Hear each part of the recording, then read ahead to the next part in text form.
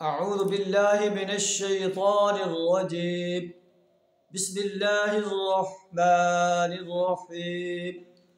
يا أيها الرسول بلغ ما أنزل إليك من ربك وإن لم تفعل فما بلغت رسالته والله يعصمك من الناس إن الله لا يهدي القوم الكافرين.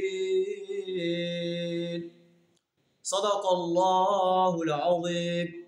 سورہ المائدہ آیت نمبر 67 آپ کے سامنے تلاوت کی، جس کا ترجمہ کچھ اس طرح ہے: یا ایھا الرسول، اے رسول نبی صلی اللہ علیہ وسلم، بلغ ما انزل الیک من ربک، تمہارے رب کی طرف سے جو کچھ تم پر نازل کیا گیا ہے اسے لوگوں تک پہنچا دو.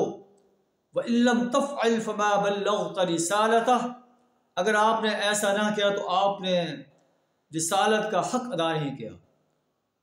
وَاللَّهُ يَعْصِمُكَ مِنَ النَّاسِ، اللہ آپ کو لوگوں کے شر سے بچائے گا. ان اللہ لا يهدي القوم الكافرین، یقین رکھو کہ وہ کافروں کو تمہارے مقابلے میں کامیابی کی راہ ہرگز نہ دکھائے گا. یہ نہیں کہ کافر تمہارے مقابلے میں کامیاب ہو جائیں، ایسا نہیں ہوگا.